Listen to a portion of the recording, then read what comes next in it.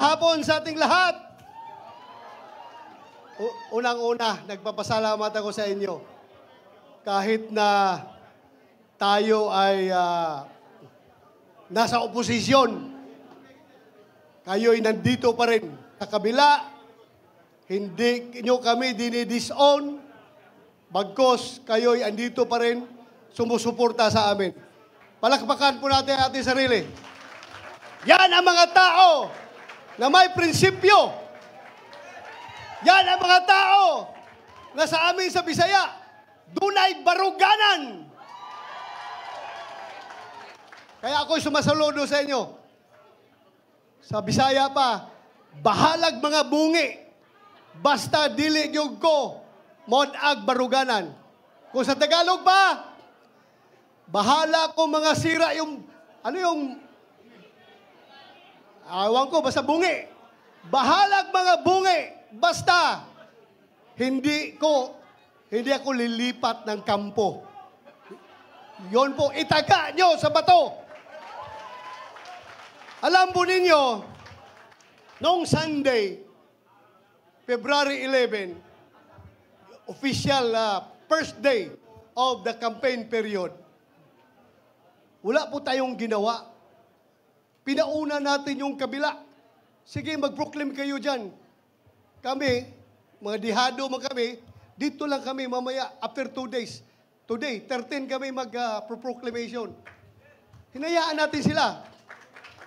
Ang ginawa namin ni Atty. Jimmy Bundok, pumunta kami sa simbahan sa Lourdes Church dito sa Quezon City. Kami po'y nagsimba doon kasi we believe na bago ka sasabak sa napaka-importanting bagay, kagaya nung kami ay mga sundalo pa, bago kami mag-jump off, aakyat sa bundok para makipaggira sa mga NPA, ginagather ko yung mga tao ko. Kami lahat nagdadasal, Lord, sana 50 kami na aalis. Sana 50 rin kami makakabalik dito sa aming kampo. Yan ang palagi naming dasal. Na sana, Lord, bigyan mo kami ng lakas, presence of mind, para hindi kami matalo sa gira na ito. Kahit na ilang libong NPA yan, talagang uupakan namin yan, hindi kami atras. Basta nandiyan ka lang, Lord, huwag mo kaming iwan. Yun po ang dasal namin. Kaya, February 11 was a very special date for us. Kaya kami ni Atty. Jimmy Bundok, we decided to go to church. Nagsimba kami at humingi ng blessing kay Lord. Na sana, Lord, yung aming campaign period, kaming lahat ng team PDP Laban, team PDP Laban Plus, kasama yung aming mga adopted members ng aming partido, sana po bigyan mo kami ng lakas, bigyan mo kami ng magandang kalusugan para matapos namin yung aming kampanya. So, despite of that, sila'y nauna, wala nang ginawa, kundi puro patira ng tira sa atin. Wala na nga kaming tahimik. We were giving you the moment. Sa inyo na yung February 11 at sa amin ang February 13. You have the moment. Pero, bakit tayo tinitira? Ibig bang sabihin, takot sila sa atin? Ha? Isang lang indicator dyan. Kasi kung insignificant opposition tayo, bakit ko pakialaman kung sino-sino yan sila? Bahala kayo dyan, mga insignificant kayo. Pero the mere fact that the no less than the President of the Republic of the Philippines ang tumitira, ibig sabihin, we are somebody. Di ba? Ano ibig sabihin yan? Gusto ko lang sagutin. Ito, sagutin ko lang. In fairness, in fairness sa lahat ng mga mahirap na lumaki, nagbibinta ng suka na kagaya ko. Napakasakit po pakinggan na kami daw, yung aming team sa PDP, ay parang nagbibinta lang daw ng suka, tapos binigyan ng COC. Anong tingin nyo kay Atty. Hinlo? Abogado yan. Atty. Jimmy Bundok, abogado yan.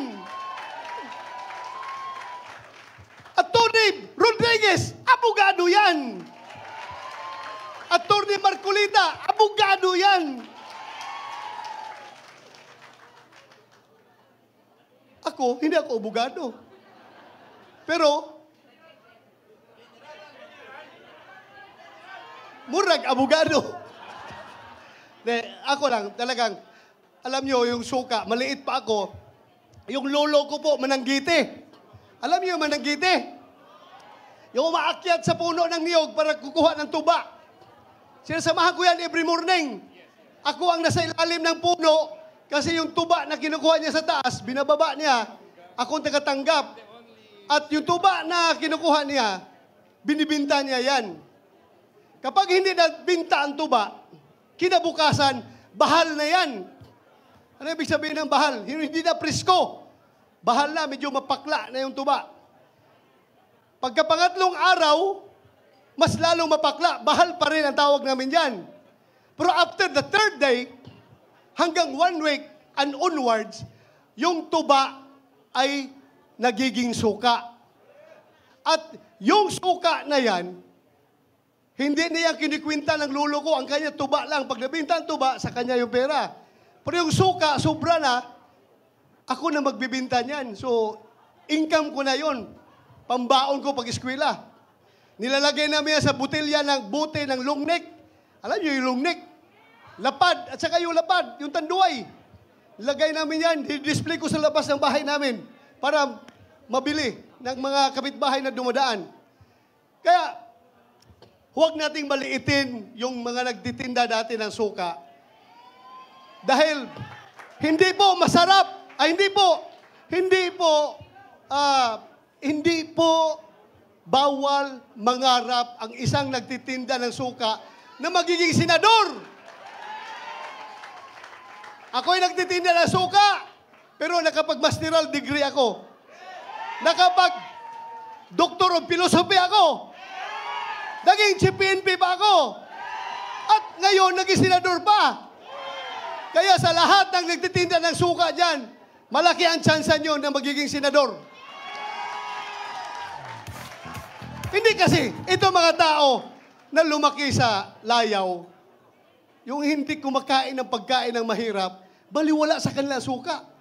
Pero sa ating mga mahirap, very essential ang suka sa ating kusina. Dahil hindi masarap ang tuyo, hindi masarap ang bulad, hindi masarap ang daing kung walang suka.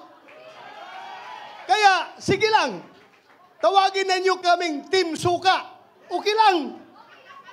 Team Suka, basta importante, kami ang nagpapasarap sa ulam ng mga taong mahihirap. Di ba? Yung tuyo. Masakit masyadong malunok yung kanin na ang presyo ay tag 50 pesos, hindi 20 pesos, ha? Hindi 20 pesos ang kilo ng bigas. 50 pesos to 58 pesos. Minsan naabot pa ng 60 pesos. Kami po ang tumutulong na malunok ng ordinaryong tao, yung kanin na mahal dahil sa suka na sinasawsaw yung bulad. So okay lang, tawagin nyo kaming Team Suka. No problem. Basta kami ang suka sa buhay ninyo. Ha?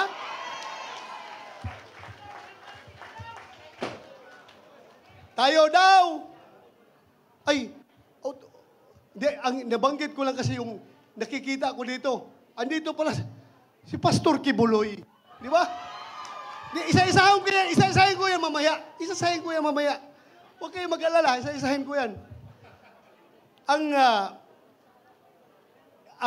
kandidato daw ng kabila ay may bahid ng dugo ang kamay.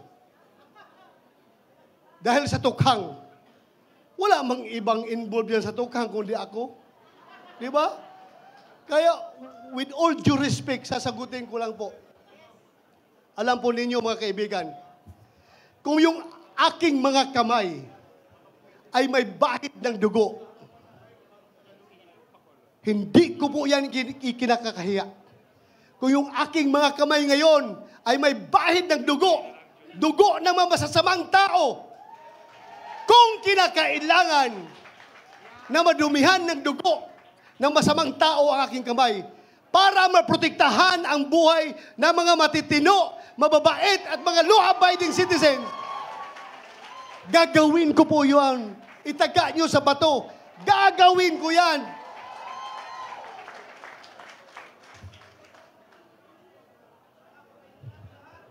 Alam nyo, ang Uplan Tukhang ay napakaganda po. Nung sinabi ko na wala kaming host, wala ang magsusuporta sa amin, wala kaming resources para mag-conduct ng rally. Wala po kami ang PDP Laban. Kaya kami ay maggawa na lang ng tukhang na pangangampin. Pagkakapanya, magtutukhang na lang, tuktukhang yo. Puntahan lahat ng bahay na pwedeng kayang puntahan, katukin. At pag open ang pintuan, nakangisi yung may-ari. Oh, salamat. Makiusap ako, pwede niyong ibuto kami, mga PDP Laban at buong team ng suka. Tanggapin sana niyo kami. Pero pag open ang pintuan, nakasimangot, sorry po, hindi po okay lang po, alis kami. So yun lang po ang diskarte na gagawin namin dahil wala kaming pundo. Wala kaming pundo. Kaya sundutin ko na lang rin yung sinasabi. Sinasabi kanya ni Attorney Jimmy Bundok na kami sa Senado, Senator Bongo, Senator Robin Hood Padilla at ako, wala po kami magagawa kahit anong gawin namin. Objection, Your Honor, Mr. President. Objection, Mr. President. O kung hindi kami pakinggan, kahit na mag-walk out kami, wala pa rin mangyayari. Dahil numbers game yan. Majority rules. At tatlo lang kami, we cannot the majority. Kaya, kailangan namin ang suporta. Kung kami pabalikin ninyo sa Senado, kami ni Senator Bongo, talagang kailangan namin na makakasama Attorney Jake Bundok, Attorney J.B. Hinlo, Attorney Rodriguez, Attorney Raul Lambino, Attorney Marcolita, napakagaling na abogado. Kailangan natin. At ang pinaka-importante, si Pastor Apollo Kibuloy. Kahit na kaming lahat ang lahat ng kasama namin ay mga abogado, kailangan pa rin natin ng man of God para sa aming spiritual na direksyon. At si Philip Salvador, kailangan nating isama. So yun lang po ang pakiusap ko sa inyo. Dagdagan ninyo kami. Kung ibalik nyo kami doon, dagdagan nyo kami sa aming mga kasamahan. Yun lang po. Maraming salamat. Magandang hapon sa ating lahat. Ibalik sa Senado, Ronald Bato de la Rosa, #2. Isang kwento lang, kasi nung unang tumakbo, si Senator Bato de la Rosa, ang talagang tumulong sa kanyang kampanya ay si Vice President Inday Sara Duterte. At kinukwento niya, ganito kasikat itong si Bato de la Rosa dahil umiikot yan. Talagang umiikot yan kahit nung pulis pa siya, umiikot yan sa mga IPs dun sa Davao, sa mga bundok-bundok. So ito na ang ating minamahal na Vice Presidente ay umakyat dun sa mga bundok, sa mga IPs. Tapos lumabas sila, nagsisigawan. Tapos sabi ni Vice President Inday Sara, kilala niyo ba ako? Tapos sabi nila, oo, ikaw si Bato! Ganon. Naalala mo yung kwentong yon. Talagang hindi ko makakalimutan. Pero talagang, Senator Bato, ikaw talaga, lalong-lalo na sa mga mahihirap, totoo ka. 50 pesos na ang bigas. Kaya kailangan namin ng mga senador tulad ninyo para gumawa naman kayo ng mga panukala at mga batas para maprotektahan pati ang pagkain ng Pilipino, 'di ba?